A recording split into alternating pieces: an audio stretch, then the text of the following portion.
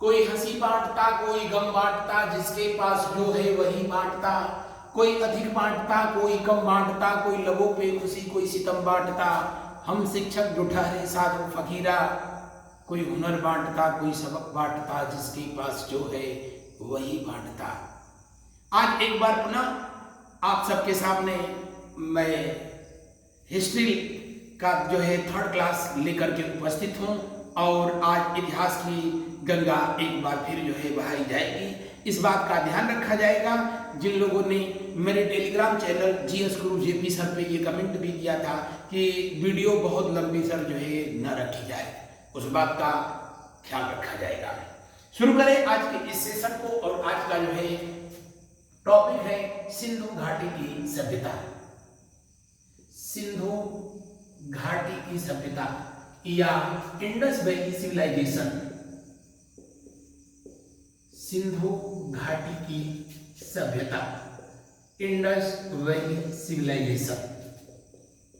Indus valley civilisation आपको जानकारी के लिए मैं बता दूं, वैसे पिछले क्लास में भी मैंने बताया कि इस पृथ्वी पर मनुष्य का सबसे पहले जो अवतरण हुआ था यानी उत्पत्ति हुई थी, वो कांगो नदी घाटी में हुई थी। कहां पर? कांगो नदी घाटी में हुई। कांगो नदी घाटी, और ये कांगो नदी घाटी है कहां पर? तो आप कहेंगे अफ्रीका महाद्वीप में है। मनुष्य के पाए जाने का सबसे प्राचीनतम प्रमाण यहीं से प्राप्त होता है। कहां से? अफ्रीका से, अफ्रीका महाद्वीप से जो है प्राप्त होता है। लेकिन अगर जो है भारत की बात किया जाए यानी एशिया खंड से जो है बात किया जाए, तो मनुष्य के पाए जाने का प्राचीनतम प्रमाण जो है कहां से? नर्मदा नदी घाटी से प्राप्त होता है। नर्मदा नदी घाटी बताने की जरूरत नहीं, ये भारत में बहने वाली नदी जो कि अमरकंटक की पहाड़ियों से जो है निकलती है और खंभात की खाड़ी में गुजरात के पास जो है गिरती है।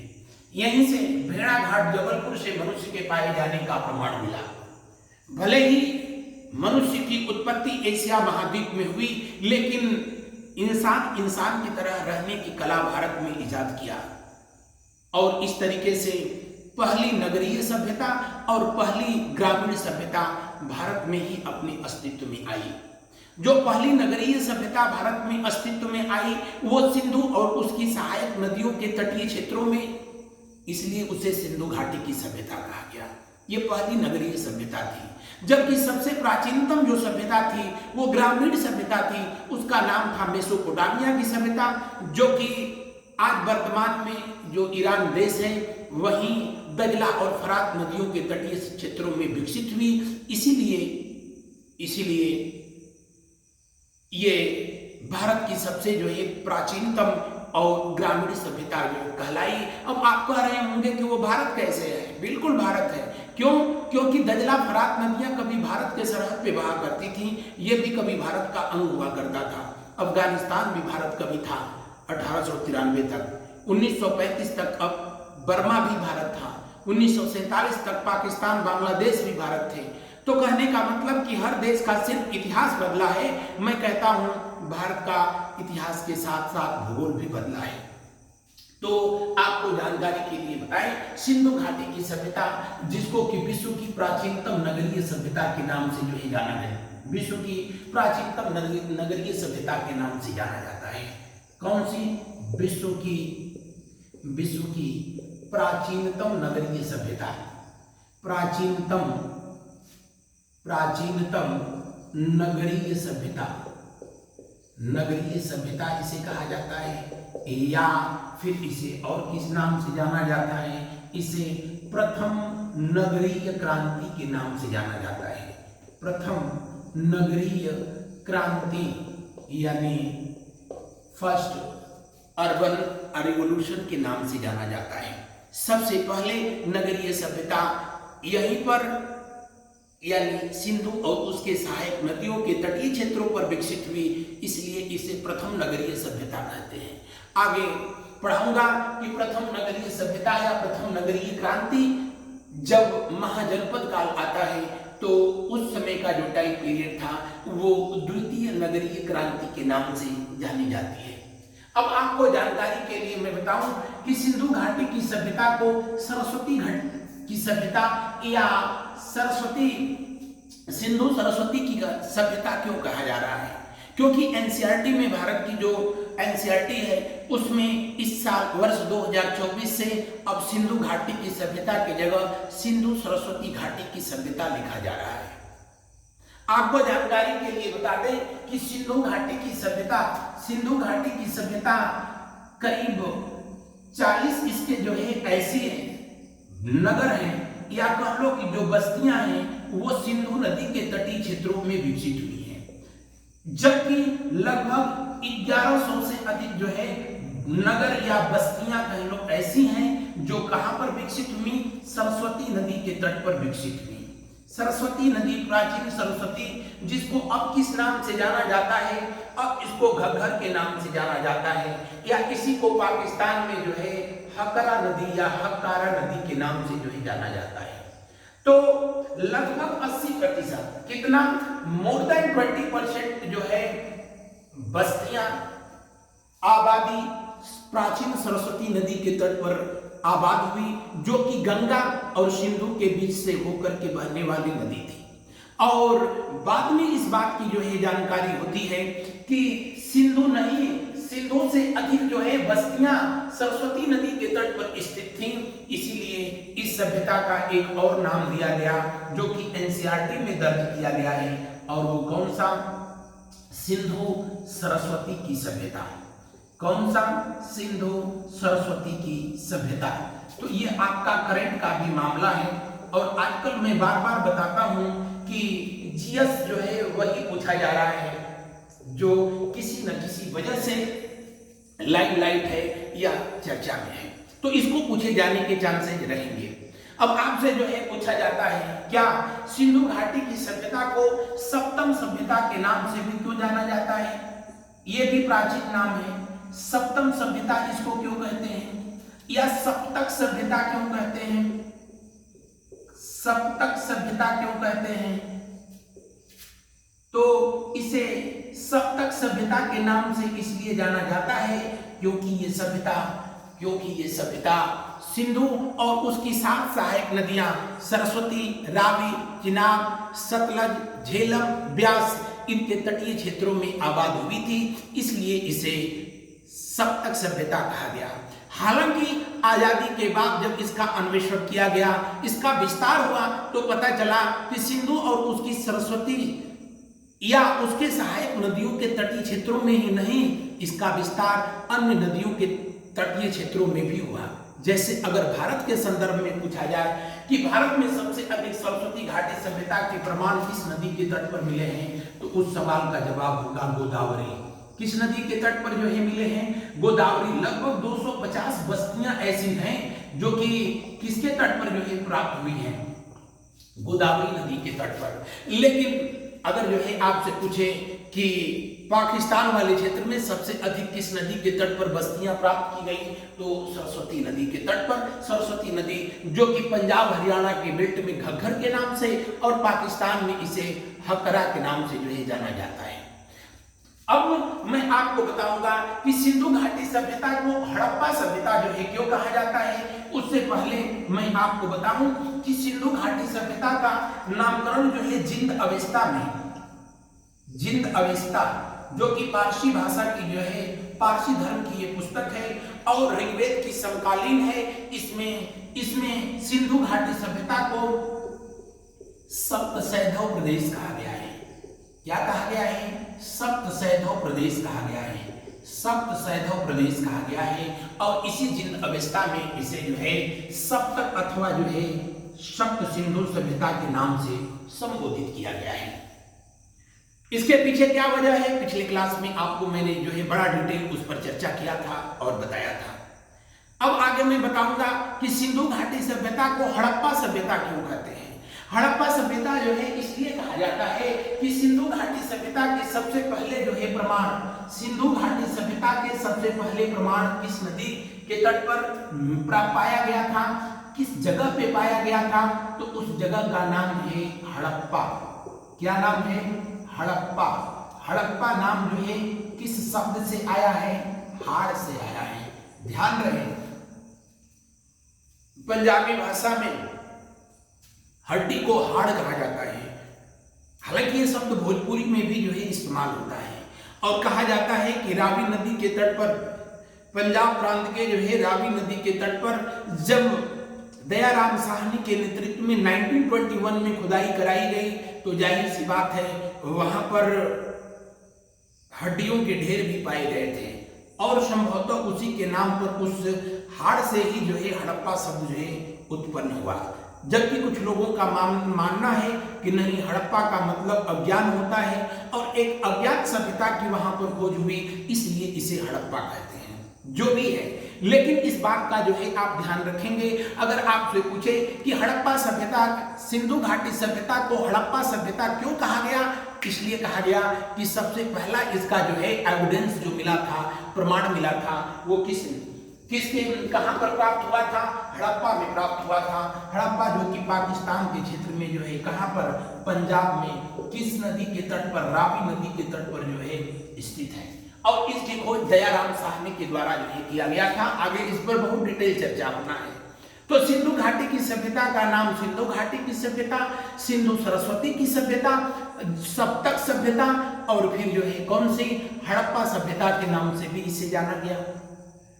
अब मैं बताऊंगा आपको कि इसे आद्य ऐतिहासिक काल की सभ्यता क्यों कहते हैं, इसे आपका स्वास्तिक सभ्यता के नाम से क्यों जाना जाता है। मैं बताऊंगा कि सिंधु घाटी सभ्यता को कांस्य युगीन सभ्यता क्यों कहा जाता है। तो एक एक करके सबसे पहले हम लोग देखते हैं कि इसे कांस्य युगीन सभ्यता क्यों कहते हैं। इस तथ्य, इस फैक्ट को यहां से हटा देते हैं क्योंकि अब इसकी यहां जरूरत नहीं है जी।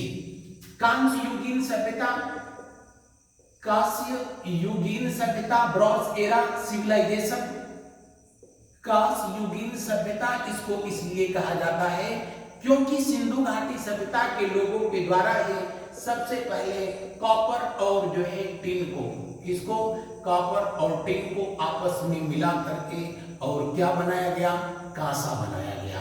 और इस तरीके से जो है, वैसे तो तांबा का खोज सबसे पहले मनुष्यों के द्वारा जो है, आगे मैं पढ़ाऊंगा कि पाषाण काल में ही, नवपाषाण काल में कर लिया गया था, लेकिन टीन के साथ इसको मिश्र धातु बनाने की जो है कला सबसे पहले सिंधु घाटी सभ्यता के लोगों ने इजाद किया, इसीलिए इसको ब्रॉन्ज एरा सिविलाइजेशन या कांस्य युगीन सभ्यता, कांस्य युगीन सभ्यता के नाम से जाना गया। अब मैं जो है आपको बताऊं कि सिंधु घाटी सभ्यता को स्वास्तिक सभ्यता क्यों कहा जाता है। तो इसको स्वास्तिक सभ्यता इसलिए कहा जाता है कि जो स्वास्तिक चिन्ह है, आप यहाँ पर देख भी पा रहे होंगे, हमारे बोर्ड पर जो है चारों कोण पर जो है उस चिन्ह को बनाया गया है। स्वास्तिक चिन्ह की सबसे पहले खोज सिंधु घाटी सभ्यता के लोगों ने ही किया था। अगर दिख रहा होगा आपको तो कोई बात नहीं, ये बहुत कॉमन सी बात है। हिंदू धर्म, जैन धर्म, बौद्ध धर्म, इसमें स्वास्तिक चिन्ह का जो है बड़ा ही धार्मिक महत्व है, जो कहा जाता है कि भगवान गणेश को समर्पित किया गया जो है एक ये धार्मिक चिन्ह है। और स्वास्तिक का मतलब भी होता है मंगलकर्ता। हालांकि ऋग्वेद में स्वास्तिक सूर्य के लिए, स्वास्तिक चिन्ह जो है सूर्य के लिए लाया गया, सूर्य को समर्पित किया गया है। अब सिंधु घाटी सभ्यता के लोगों के द्वारा ही सबसे पहले जो है स्वास्तिक संस्कृत में जिसको स्वास्तिक भी कहते हैं, स्वास्तिक चिन्ह की खोज इन्हों के द्वारा ही किया गया था और इसीलिए जो है इसका एक और नाम दिया जा रहा है और वो कौन सी, स्वास्तिक सभ्यता कहा जा रहा है। स्वास्तिक सभ्यता यानी जो है स्वास्तिक चिन्ह जो है किसकी देन थी, इंडस वैली सिविलाइजेशन के लोगों के द्वारा ही दिया गया था। हालांकि ईसाई धर्म के लोगों में भी इसका इस्तेमाल किया जाता है। आप अगर जानते हैं तो सही है, नहीं जानते होंगे तो जान लीजिए। कभी अपने कार्यों के लिए कुख्यात जर्मनी का तानाशाह हिटलर के झंडे पर भी स्वास्तिक चिन्ह, वामावर्त, दो प्रकार के होते हैं, एक दायावर्त और दूसरा दक्षिणावर्त और दूसरा वामावर्त। जब स्वास्तिक चिन्ह का मुंह दाएं की तरफ खुलता है, घड़ी की सुई की तरफ जो है खुलता है, तो दायां वर्त, अगर नहीं तो जो है वामावर्त जो है कहा जाता है। आपको जानकारी के लिए बता दें कि सिंधु घाटी के सभ्यता के लोगों ने ही सबसे पहले इसकी खोज की, इसलिए इसे जो है स्वास्तिक सभ्यता के नाम से जाना गया था। आगे मैं बताऊं कि सिंधु घाटी सभ्यता के लोगों के द्वारा ही सबसे पहले कपास अब तो मनुष्य ने इतना तरक्की कर लिया कि चांद पर भी कपास उगा दिया। हालांकि आप हमको कमेंट करके बताएंगे तो हमें भी बहुत अच्छा लगेगा। दुनिया का वो कौन सा देश है जिसने चांद पर कपास उगाने में सफलता प्राप्त की है? सिंधु घाटी के सभ्यता के लोगों ने सबसे पहले कपास फसल को उगाने में सफलता प्राप्त की। कपास जो कि काली मिट्टी में सबसे अच्छे तरीके से होता है और इसका पहला प्रमाण मेहरगढ़ से प्राप्त होता है। कहां से प्राप्त होता है? मेहरगढ़ कहां पड़ता है? अब ये जो है पड़ता है पाकिस्तान में, बोलन नदी घाटी में पड़ता है। यहीं पर सबसे पहले बोलन नदी घाटी से ही सबसे पहले कपास के पाए जाने का प्रमाण मिलता है। लेकिन कपास से धागा और धागा से जो है कपड़ा बनाने की कला सिंधु घाटी सभ्यता के द्वारा जो है विकसित हुई, इसीलिए इसे कपासीय सभ्यता कहते हैं। कौन सी सभ्यता कहते हैं? कपासीय सभ्यता के नाम से जाना जाता है। किसको? सिंधु घाटी की सभ्यता को। इसका एक और नाम है और वो नाम है क्या? आद्य ऐतिहासिक काल की सभ्यता। आद्य ऐतिहासिक काल की सभ्यता इसे क्यों कहते हैं, उसके पीछे क्या वजह है, मैं अभी जस्ट आपको बताता हूं। आप मेरे साथ बने रहिएगा। इसे जो है हम थोड़ा सा रब कर देते हैं, मिटा देते हैं उससे। तो मैंने आपको बताया सिंधु घाटी की सभ्यता का नाम सिंधु घाटी की सभ्यता क्यों हुआ। मैंने बताया इसे हड़प्पा सभ्यता क्यों कहा गया। मैंने बताया इसे कांस्य युगीन सभ्यता क्यों कहा गया। मैंने आप सबको बताया कि इसे स्वास्तिक सभ्यता के पीछे बताए जाने का क्या कारण है। इसे कपासीय सभ्यता क्यों कहा गया। सप्तक सभ्यता कहे जाने के पीछे क्या कारण है। और अब बता रहा हूं इसे आदि युगीन सभ्यता किसको कहते हैं, क्यों कहते हैं। तो आद्य युगीन या आद्य ऐतिहासिक कालीन सभ्यता,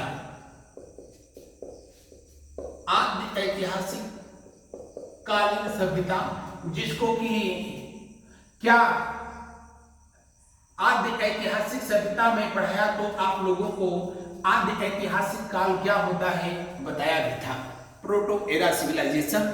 और इसमें मैं बताया था कि वह सभ्यता जिसका लिखित प्रमाण है, लिखित एविडेंस है, लिखित प्रमाण है, लेकिन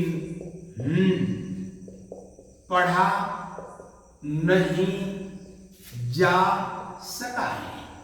यानी वह सभ्यता जिसका लिखित प्रमाण तो है लेकिन आज तक पढ़ा नहीं जा सका है, वो इसीलिए उसको आद्य ऐतिहासिक काल या फिर उसे आद्य ऐतिहासिक काल की सभ्यता कहा जाता है। सिंधु घाटी की सभ्यता की जो लिपि है आपको बता दें, जिसे कि हलावर्त लिपि या इसे जो है किस नाम से जाना गया, ब्रुस्टोफेदन लिपि, या इसे गोमुद्रिका लिपि के नाम से जाना गया, गोमुद्रिका लिपि के नाम से जाना गया। यह एक सिंबलाइज लिपि है, आप कह सकते हैं कि क्रिप्टोग्राफिक जो है लिपि है, जिसमें लगभग कितने प्रकार के चित्र का इस्तेमाल किया गया, तो इसमें लगभग 500 प्रकार के चित्रों का इस्तेमाल किया गया। कितने प्रकार के? 500 प्रकार के चित्रों का प्रयोग किया गया है, का इस्तेमाल किया गया है। जैसे हम लोगों की लिपि देवनागरी है, देवनागरी लिपि में 53 ध्वनियां हैं या कह लो कि वर्ण हैं।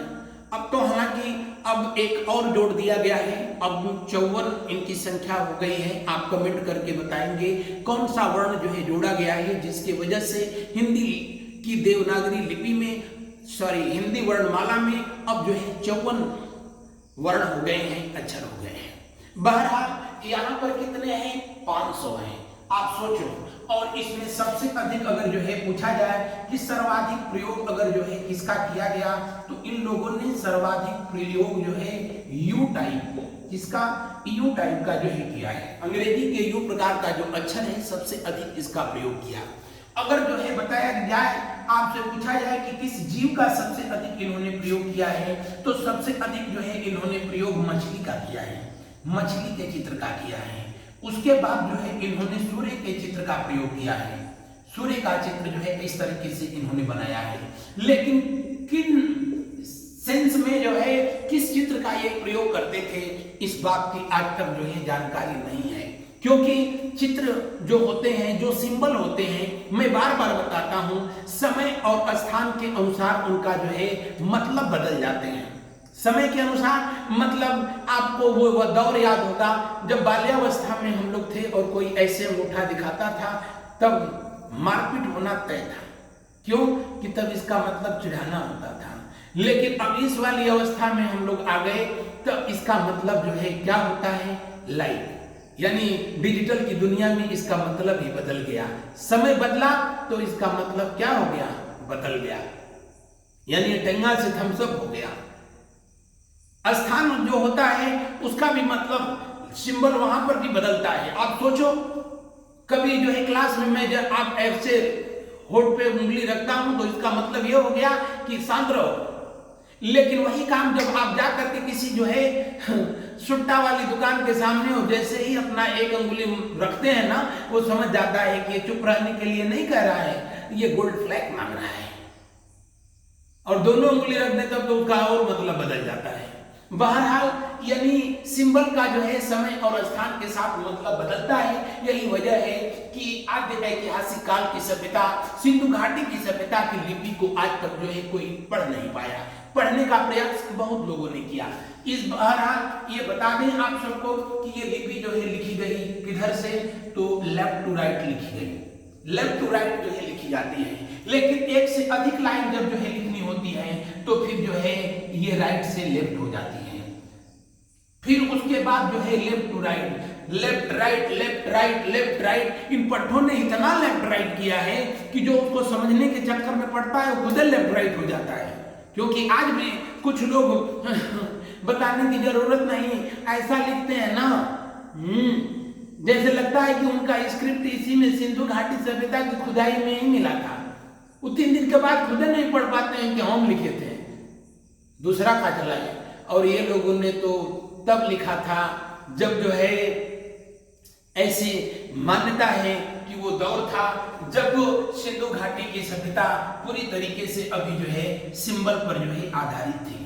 तो इस तरीके से सिंधु घाटी की सभ्यता का एक और नाम आपको जो है मिला, कौन सा, आद्य ऐतिहासिक काल। और इससे पहले मैंने बताया कौन सा नाम, हड़प्पा की सभ्यता, इसलिए क्योंकि सबसे पहले खोज हड़प्पा नामक स्थान पर हुई थी। इसे और क्या नाम दिया गया, इसको नाम दिया गया स्वास्तिक सभ्यता, स्वास्तिक सभ्यता इसका नाम दिया गया, स्वास्तिक सभ्यता। इसलिए कि स्वास्तिक चिन्ह का सबसे पहले इस्तेमाल इन्हीं लोगों ने किया। इसे सप्तक सभ्यता कहा गया या सप्तम सभ्यता कहा गया। क्यों? क्योंकि 7 नदियों के तटीय क्षेत्रों पर ये सभ्यता आबाद हुई।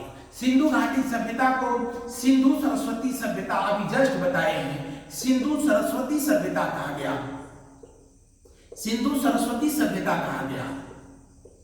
एनसीईआरटी में बताए गए ना, इसको उल्लेखित किया गया क्योंकि 80% इसकी बस्तियां किसके तट पर थी, सरस्वती के तट पर, और शेष 20% में अन्य नदियां थी। लेकिन भारत के संदर्भ में सबसे अधिक जो है अगर पूछा जाए सिंधु घाटी की सभ्यता के प्रमाण किस नदी के तट पर मिले, तो गोदावरी नदी के तट पर। वही गोदावरी जिसके तट पर नासिक में कुंभ मेला लगता है, जिसके तट पर जो है नासिक शहर स्थित है, वही गोदावरी जिसको बूढ़ी गंगा के नाम से दक्षिण भारत में जाना जाता है। तो इतने जो है मैंने नाम बताए आपके सिंधु घाटी सभ्यता के।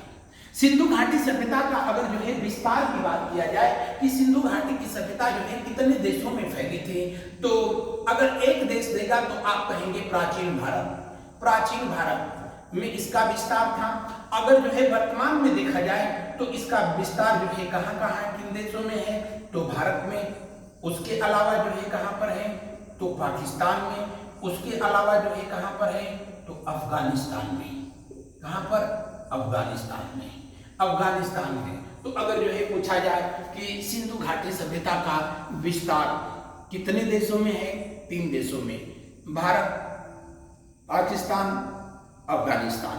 लेकिन अगर जो है आपसे पूछे सिंधु घाटी सभ्यता का विस्तार कहां था, और ऑप्शन में दे प्राचीन भारत, प्राचीन फारस, प्राचीन बेबीलोन, तो उस संदर्भ में इसका सही उत्तर होगा क्या, प्राचीन भारत। अगर जो है भारत के संदर्भ में देखा जाए कि जो है इसका विस्तार कहां कहां था, कितने राज्यों में था, तो आपको मैं बताऊं कि भारत में इसका विस्तार जो है कितने राज्यों में है, तो भारत में इसका विस्तार गुजरात, पंजाब, राजस्थान, गुजरात, पंजाब, राजस्थान, हरियाणा, महाराष्ट्र तक इसका दक्षिणतम विस्तार पाया जाता है। उसके बाद अपना यूपी, कौन सा, यूपी, उत्तर प्रदेश में इसका सबसे पूर्वी विस्तार पाया जाता है। आगे मैं बताऊंगा अभी इसके बारे में। इसके अलावा ये एक बात जो है आप ध्यान रखेंगे कि गुजरात, ये जम्मू कश्मीर एकमात्र केंद्र शासित प्रदेश भारत का है जहां सिंधु घाटी सभ्यता के पाए जाने के प्रमाण मिले हैं। 2019 से पहले जम्मू कश्मीर भी भारत का एक केंद्र शासित प्रदेश था, लेकिन सॉरी भारत का एक राज्य था, लेकिन अब भारत का ये क्या है, केंद्र शासित प्रदेश है। सिंधु घाटी सभ्यता का विस्तार कहां से कहां तक जो है पाया गया, उत्तर में कहां तक था, दक्षिण में कहां तक था, पूर्व में कहां तक, पश्चिम में कहां तक, उसको बताने के लिए एक बार बोर्ड को हमको फिर से जो है साफ करना पड़ेगा। बोर्ड को साफ करके अभी मैं आपको जो है बता रहा हूं कि इसका विस्तार कहां से कहां तक पाया गया। बस आप मेरे साथ जो है यूं ही बने रहेंगे। सिंधु घाटी सभ्यता का विस्तार 3 देशों में है, लेकिन अगर जो है आपसे पूछे सिंधु घाटी सभ्यता का उत्तरतम विस्तार कहां है, तो आइए हम लोग देखते हैं। आप इस फिगर को देखिए, एकदम कहानी साफ साफ आपको शीशा की तरह झलकने लगेगी। सिंधु घाटी सभ्यता का सबसे उत्तरी बिंदु जो है, इसे हम लोग मांडा कहते हैं। क्या कहते हैं, मांडा। ध्यान रहे, मांडा जो है कहां पर है, जम्मू कश्मीर में। किस नदी के तट पर है, चिनाब नदी के तट पर। चिनाब जो कि सिंधु की सबसे बड़ी सहायक नदी है, और यहाँ अखनूर डिस्ट्रिक्ट है, अखनूर डिस्ट्रिक्ट के ही में ही ये मांडा स्थित है। कौन सी पर्वत श्रृंखला में, तो आप कहेंगे कि पीर पंजाल। कौन सी, पीर पंजाल। अब इस पर प्रश्न कैसे पूछता है, आपसे प्रश्न पूछा कि सिंधु घाटी सभ्यता का उत्तरतम विस्तार किन पर्वत श्रृंखलाओं तक है, तो ऑप्शन में दिया जास्कर, शिवालिक, पीर पंजाल या फिर जो है लद्दाख। तो इस बात का ध्यान रखेंगे कि पीर पंजाल की श्रृंखलाओं में सबसे उत्तरी पॉइंट कौन सा, मांडा, जहां पर सिंधु घाटी के पाए जाने का प्रमाण मिलता है। किस नदी घाटी, पूछे आपसे कि सिंधु घाटी का उत्तरतम विस्तार किस नदी तक पाया गया, तो चिनाब नदी तक पाया गया। जिसकी खोज किया था किसने, तो इसकी खोज किया गया था 1982 में। किसके द्वारा, जेपी जोशी के द्वारा किया गया। किसके द्वारा किया गया, जेपी जोशी के द्वारा जो है किया गया था। इस बात का ध्यान रखें आप कि यहीं से जो है ओखल, मूसल, समझ रहे हैं ना। अब तो जो है ये देखने को नहीं मिलता है, लेकिन पहले इसी से धान की कुटाई होती थी। ओखल, मूसल, इसके अलावा जो है जांता, जिससे कि जो है गेहूं पीसा जाता था, जांता भी यहां से प्राप्त हुआ है। चौकी, बेलन, ये तो अभी भी आप देखते होंगे, जब जब भूख लगती है तब तक जो है इस दोनों अस्त्र शस्त्र के याद आते हैं।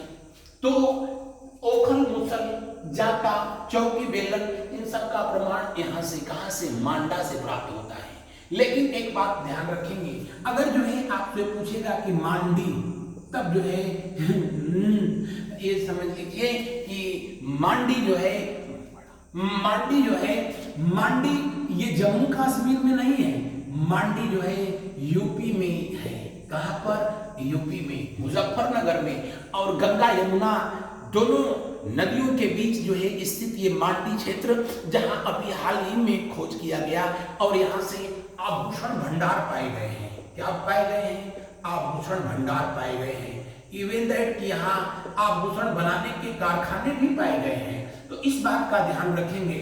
और वो भी कौन से आभूषण? स्वर्ण आभूषण जो है पाए गए हैं। स्वर्ण या फिर जो है रजत आभूषण पाए गए, चांदी के जो है यहाँ से सिक्के पाए गए। तो आपसे पूछे कि मांडी कहाँ पर है, तो यूपी में। लेकिन मांडा कहाँ पर है? तो जी हाँ, जम्मू कश्मीर में स्थित है, अखनूर डिस्ट्रिक्ट में। और पीर पंजाल की पहाड़ियों में स्थित है, चिनाब नदी के तट पर सिंधु घाटी सभ्यता का सबसे उत्तरतम बिंदु है। अब आइए दक्षिणतम की बात करें।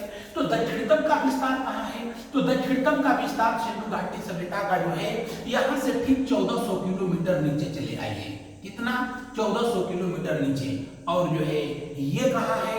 तो आप कहेंगे कि ये जगह पड़ती है जिसको दैमाबाद कहते हैं। क्या कहते हैं? दैमाबाद। दैमाबाद ये कहाँ पर स्थित है? तो दैमाबाद जो है महाराष्ट्र में स्थित है। कहाँ पर? महाराष्ट्र में। महाराष्ट्र में, महाराष्ट्र का ध्यान रहे, अहमदनगर जिला, अहमदनगर जिला जिसका अभी नाम जो है बदल दिया गया। और अहमदनगर का नाम बदल करके अब क्या कर दिया गया है? अहल्याबाई। कौन सा? अहल्याबाई, अहल्याबाई नगर इसका नाम जो है अब कर दिया गया। अहल्याबाई नगर नाम कर दिया गया। होलकर साम्राज्य की जो महारानी थी अहल्याबाई, वो यहीं की रहने वाली थी। बहरहाल इन्हीं के नाम पर अहमदनगर का नामकरण जो है कर दिया गया। दैमाबाद अगर पूछे कि किस नदी के तट पर है, तो आप कहेंगे कि प्रवरा नदी के तट पर है। कौन सी नदी? प्रवरा। और प्रवरा जो है किसकी सहायक नदी है? तो इसकी जो है गोदावरी की सहायक नदी है। इन्हीं दोनों के संगम पर जो है दैमाबाद स्थित है। चिनाब किसकी है? तो अभी मैंने बताया था कि ये सिंधु की सहायक नदी है। तो अगर जो है आपके ऑप्शन में प्रवरा न दे करके तो न दे और आपसे कृष्णा, कावेरी, गोदावरी इस तरीके से लिखे कि सिंधु घाटी सभ्यता का दक्षिणतम विस्तार किस नदी तक पाया गया, तो उस सवाल का सही जवाब होगा गोदावरी। इसकी खोज जो है किसने किया था? तो इसकी खोज जो है किया गया था किसके द्वारा? जी हाँ, इसकी खोज किया गया M.N. पांडे।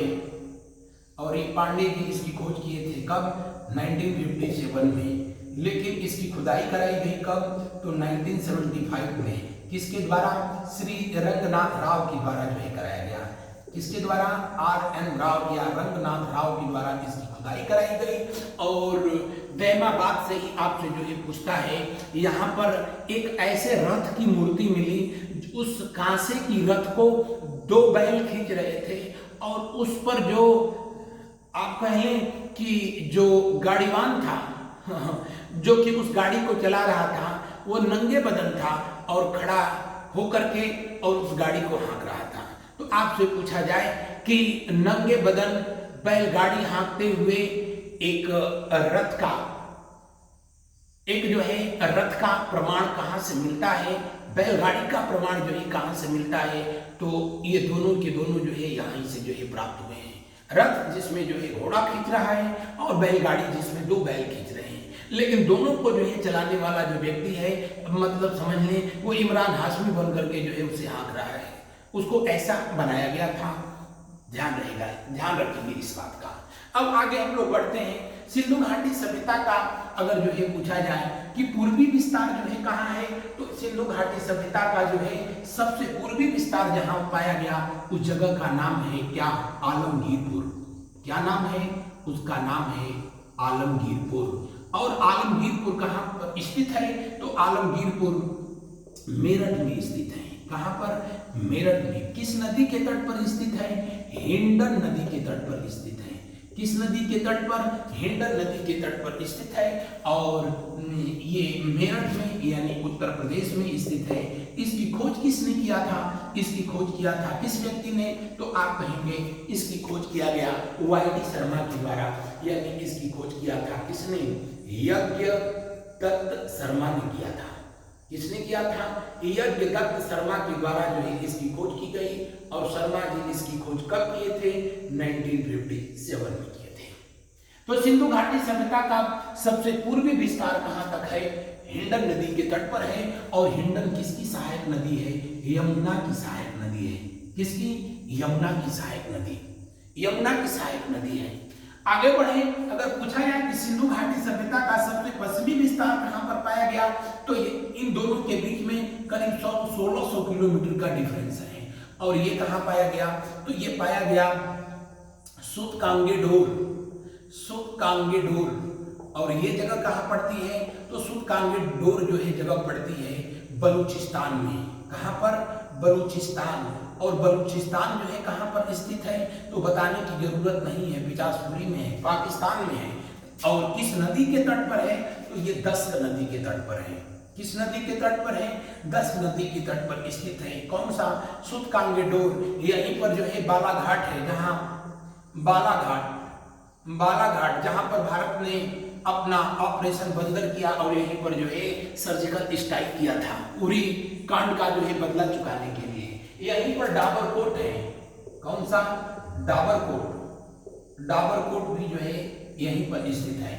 लेकिन आप इस बात को जो है ध्यान रखेंगे, सिंधु घाटी सभ्यता का सबसे कौन सा पश्चिमी विस्तार कहां पर?